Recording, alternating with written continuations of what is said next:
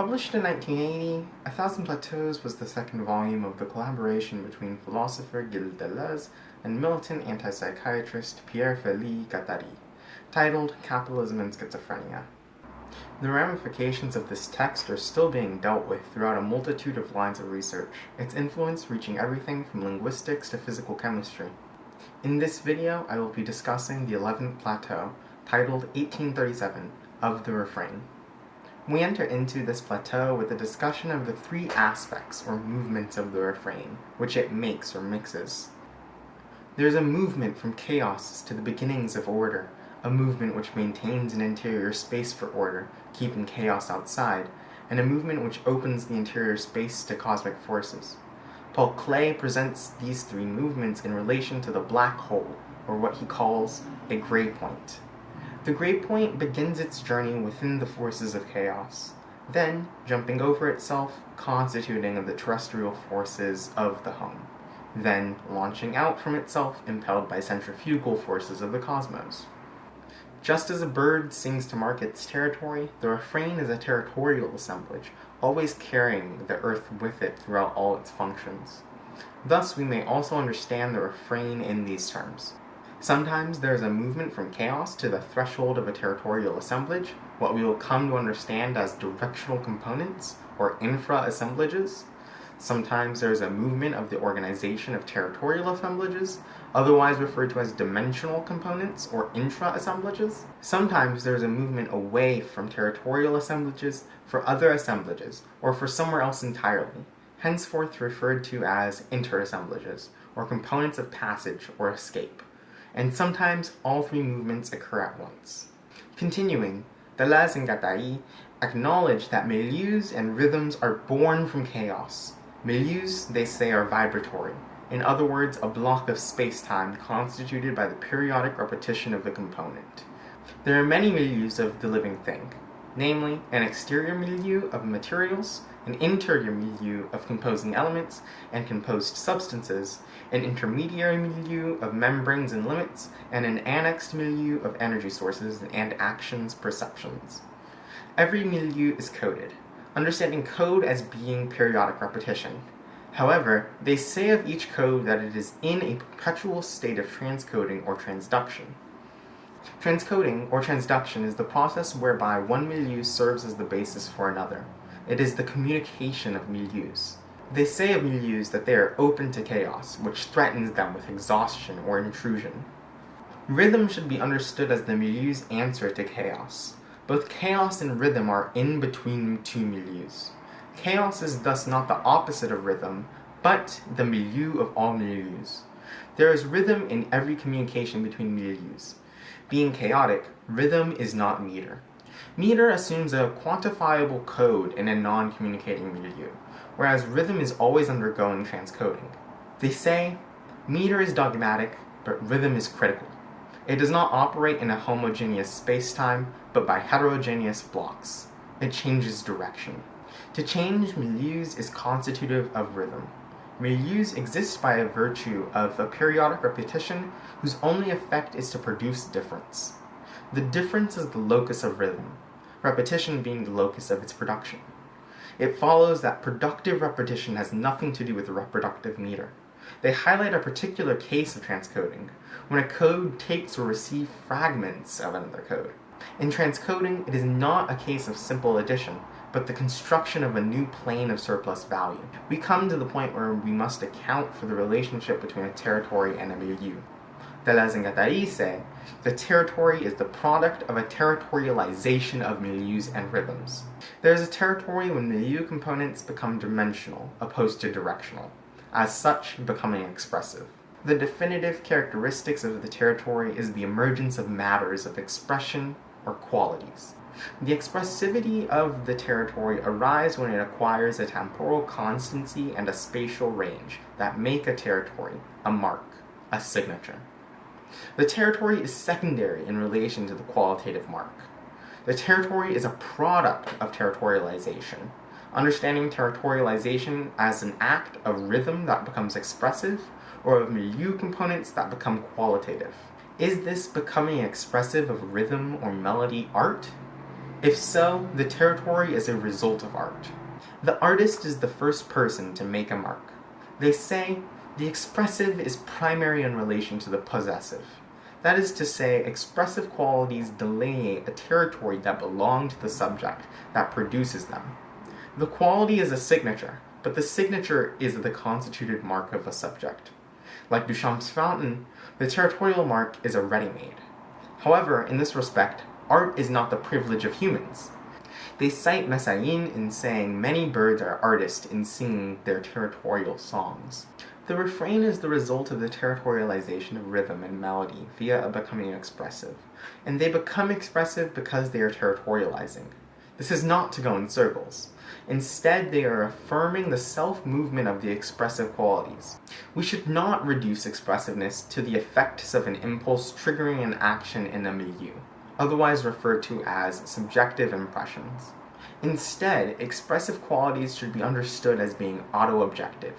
That is to say, they find objectivity in the territory they draw. Expressive qualities enter into relations with one another, which express the relation of the territory they draw to both an interior milieu of impulses and an exterior milieu of circumstances. There is an auto-expression of the quality. On the one hand, expressive qualities constitute territorial motifs in their entertainment of internal relations with one another. On the other hand, expressive qualities produce territorial counterpoints. That is to say, they produce points in the territory that place the circumstances of the external milieu in counterpoint. These territorial motifs and counterpoints explore potentialities of the interior or exterior milieus. In the vocabulary of ethologists, this is discussed through the concept of ritualization.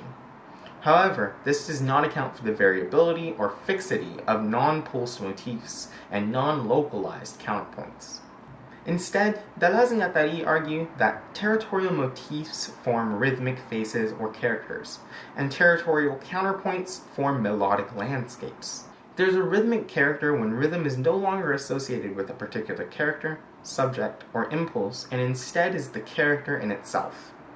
The same general formula applies to melodic landscapes, which are found when the melody is no longer associated with a particular landscape and becomes a landscape in counterpoint to a virtual landscape. What then distinguishes the musician bird from a non-musician bird is that the musician bird articulates rhythm and harmonizes melody, as opposed to simple reproduction of a style. The same is then true for human music. Debussy's criticism of Wagner, that of comparing his leitmotifs to sign points, is true on some level. However, in Wagner, the motifs increasingly enter into conjunction, becoming autonomous to the point of auto-expression. Proust is cited as being one of the first individuals to underscore this aspect of the Wagnerian motif. They say, the appearance of the motif itself constitutes a rhythmic character. Quoting Proust, Deleuze and Guattari say, the appearance of the motif itself constitutes a rhythmic character in the plenitude of a music that is indeed filled with so many strains, each of which is being. Returning to the territory, they say that it is first of all the critical distance between two things of the same species. This critical distance is a relation based on expressive qualities. It is a matter of keeping a distance from the forces of chaos. The distance is not a meter, but a rhythm. There are two aspects of the territory that we must keep in mind. Firstly, it ensures and regulates the coexistence of members of the same species by producing a distance, keeping them apart. Secondly, it makes possible the coexistence of a maximum number of different species in the same milieu. The question arises of whether or not humans have made art in the first place. We are reminded that territories have two notable effects: a reorganization of functions and a regrouping of forces. When functional activities are territorialized, they change pace. This is attested to by the theme of specialization or professionalism. The territorial refrain passes into professional refrains, often as the professions assume that various activities are performed in the same milieu, with no other agents in the same territory. Professional refrains mark a territory in such a way that the same activities cannot be performed as a result of the rules of critical distance for competition. We should also consider the other effects of territorialization. The territory unifies forces of different milieus, constituted by the forces of the earth.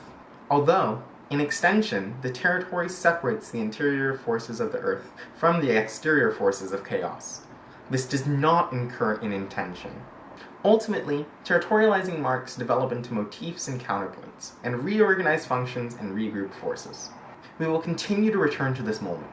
What is essential to the becoming expressive of rhythm is the disjunction between code and territory. Each milieu has code, and there's perpetual transcoding between milieus. However, the territory forms at the level of decoding. With territoriality comes the establishment of an intraspecific critical distance between members of the same species. It is through the disjunction of territoriality that it becomes an indirect means of differentiation. From this, it follows that decoding is the negative of the territory.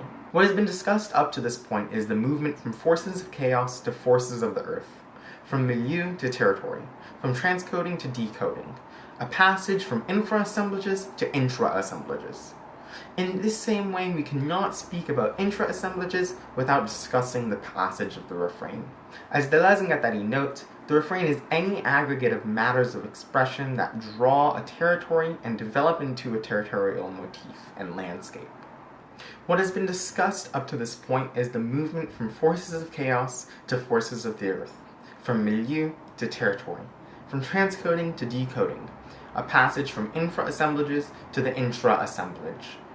What has been discussed up to this point is the movement from forces of chaos to the forces of the earth, from milieu to territory, from transcoding to decoding, a passage from infra-assemblages to the intra-assemblages. In the same way, we cannot speak about the intra-assemblages without discussing the passages of the refrain. As Deleuze and Guattari note, the refrain is any aggregate of matters of expression that draws a territory and develops into territorial motifs and landscapes. Let's not get too far ahead of ourselves, though. Before we can discuss the refrain any further, we must approach a deeper understanding of the intra-assemblage and what it is sometimes plugged into. What is included in the intra-assemblage is not just the territorial assemblage, but also assembled territorialized functions. The question is begged, what holds territorializing marks, territorial motifs, and territorialized functions together in the same intra-assemblage? It is here that we arrive at the question of consistency. That is, the holding together of heterogeneous elements. Again, let's not get too far ahead of ourselves. The intra-assemblage passes into the inter-assemblage through forces of deterritorialization. That is to say that the territorial assemblages pass into other assemblages.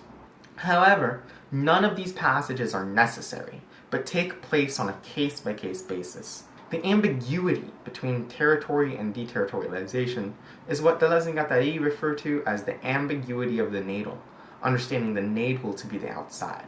There are a vast number of deterritorializations which take off from the territory that Deleuze and Guattari list. Independent of the causes of the numerous movements, each movement is different in its essence and cannot be reduced to the inter-assemblage or to the passage from the territorial assemblages to assemblages of another type. Instead, we should speak of a movement away from all assemblages which opens up onto the deterritorialized cosmos. Generally, the territory is traversed by relative deterritorializations, wherein there is a passage from the intra-assemblage to inter-assemblages.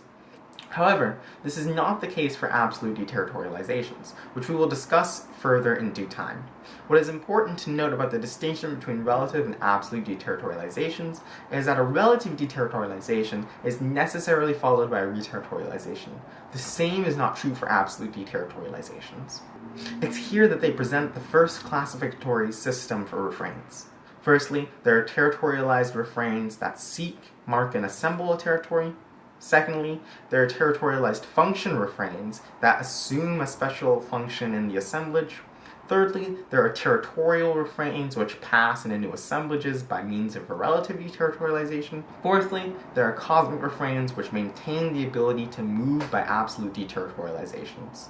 To return to the problem of consistency, we must understand that it is not just a question of the manner in which components of a territorial assemblage hold together, but also the manner in which different assemblages hold together. The easiest answer that Deleuze and Guattari can identify to the question what holds things together is provoked by a linear, hierarchized, centralized arborescent model.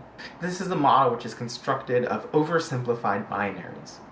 In search of a rhizomatic model for consistency, we must keep in mind that as opposed to a functional center which brings into play only localization, we should understand a system as being a coordination between centers, a passage between one heterogeneous center to another.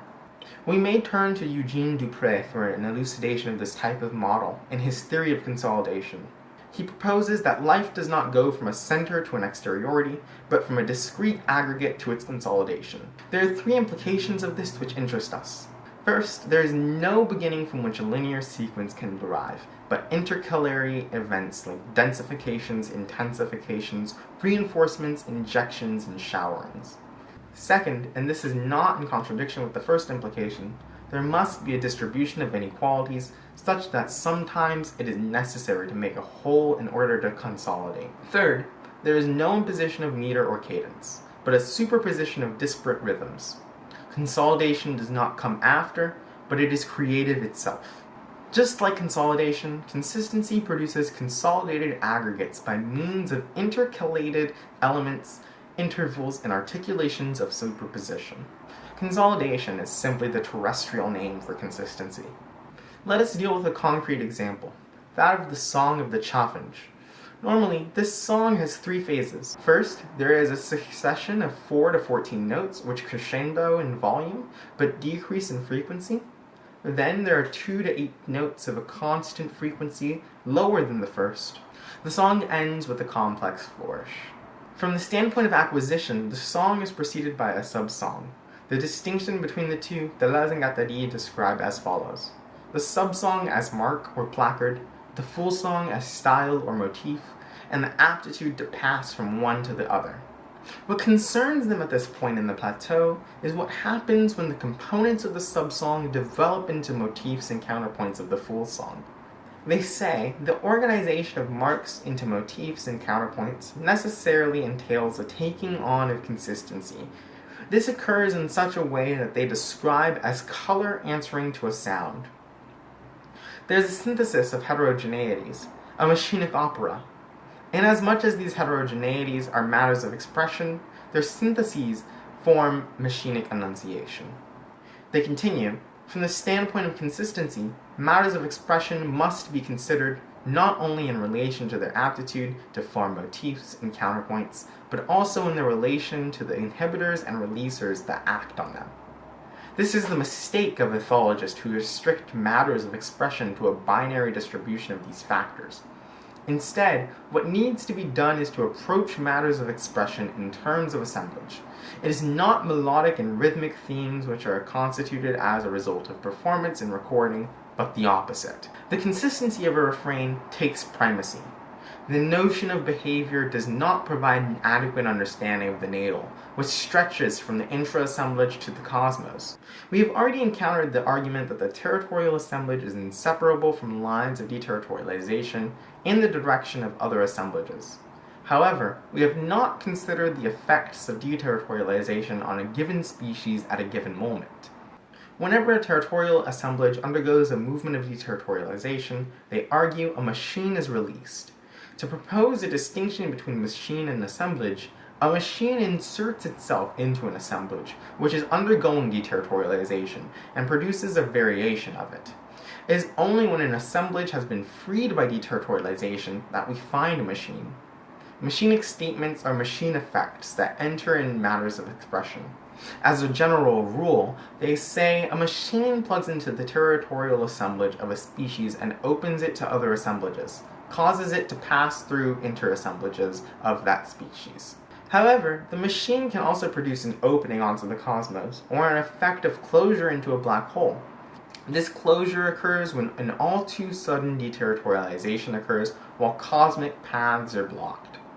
What is important to remember is that machines are always keys that open or close an assemblage. It follows that consistency of matters of expression relates to both the abilities to form melodic and rhythmic themes and the power of the natal. There is another aspect. As matters of expression take on consistency, They constitute semiotic systems in which the semiotic components are inseparable from material components. The distinction between molar and molecular is between two group movements, one towards equilibrium and homogeneity, one in the opposite direction. The intermolecular forces that give rise to a molar aggregate can either be one of linkage or discernment and discrimination. This distinction is the same distinction between stratified systems and self-consistent aggregates. Life fits into this distinction as it implies a surplus value of destratification. Almost being contradictory, it is both a complex system of stratification and an aggregate of consistency. As Deleuze and Guattari say, the living thing performs a transcoding of milieus that can be considered both to constitute a stratum and to affect reverse causalities and transversals of destratification. The territorial assemblage implies both a decoding and its own deterritorialization. What holds everything together is the transversal, or the component which takes up the vector of deterritorialization. Assemblages being produced by both the semiotic and the material, it only makes sense to relatively distinguish between the consistency of assemblages and the stratification of milieus.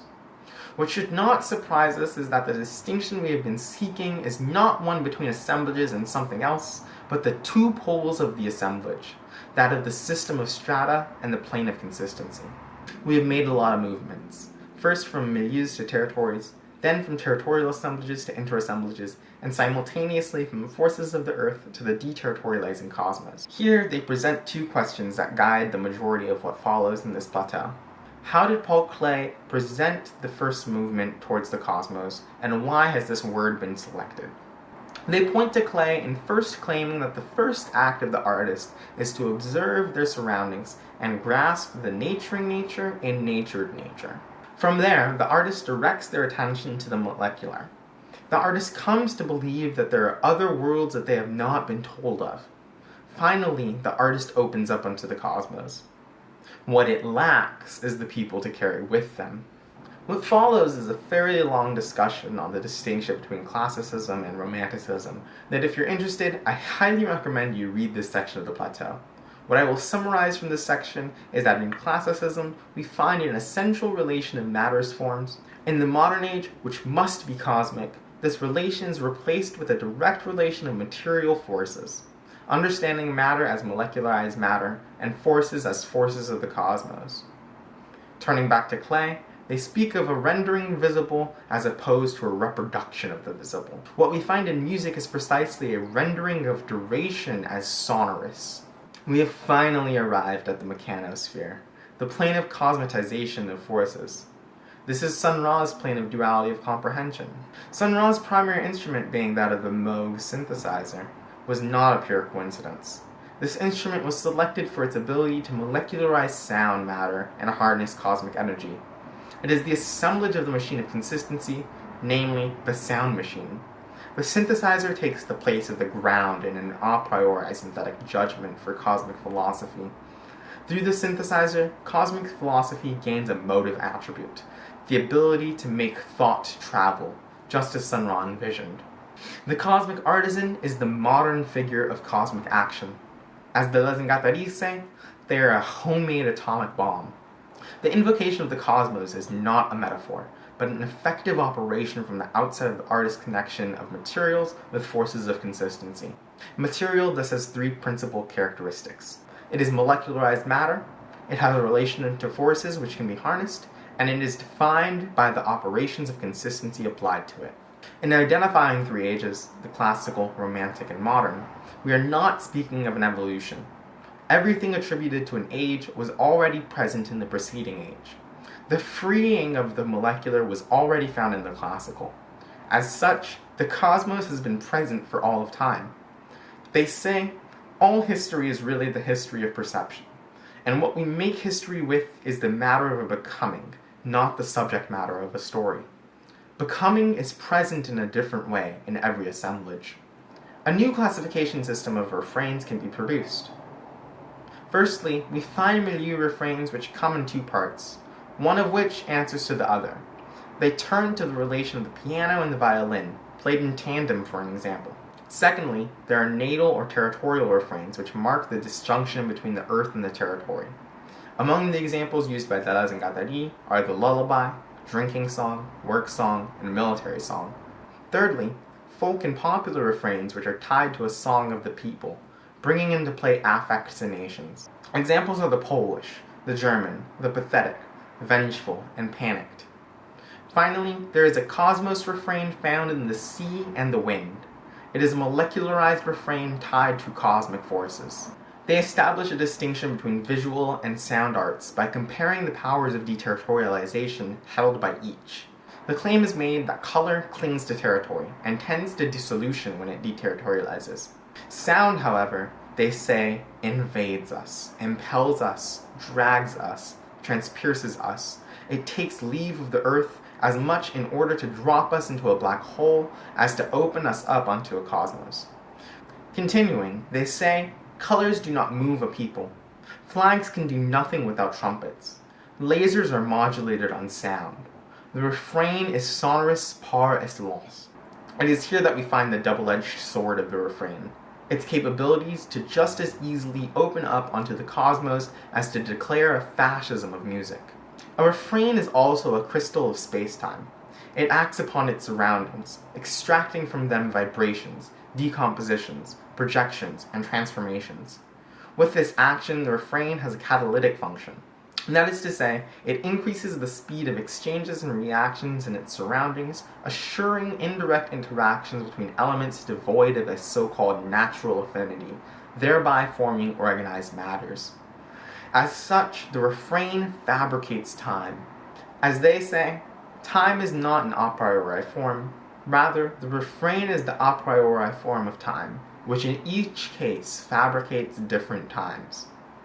As this plateau concludes, they discover two primary refrains which the musician requires in their movements. The first type of refrain is the territorial or assemblage refrain, which is necessary to deterritorialize to produce a second type of refrain, which they identify as being the end of music. This second type of refrain is the cosmic refrain of the sound machine.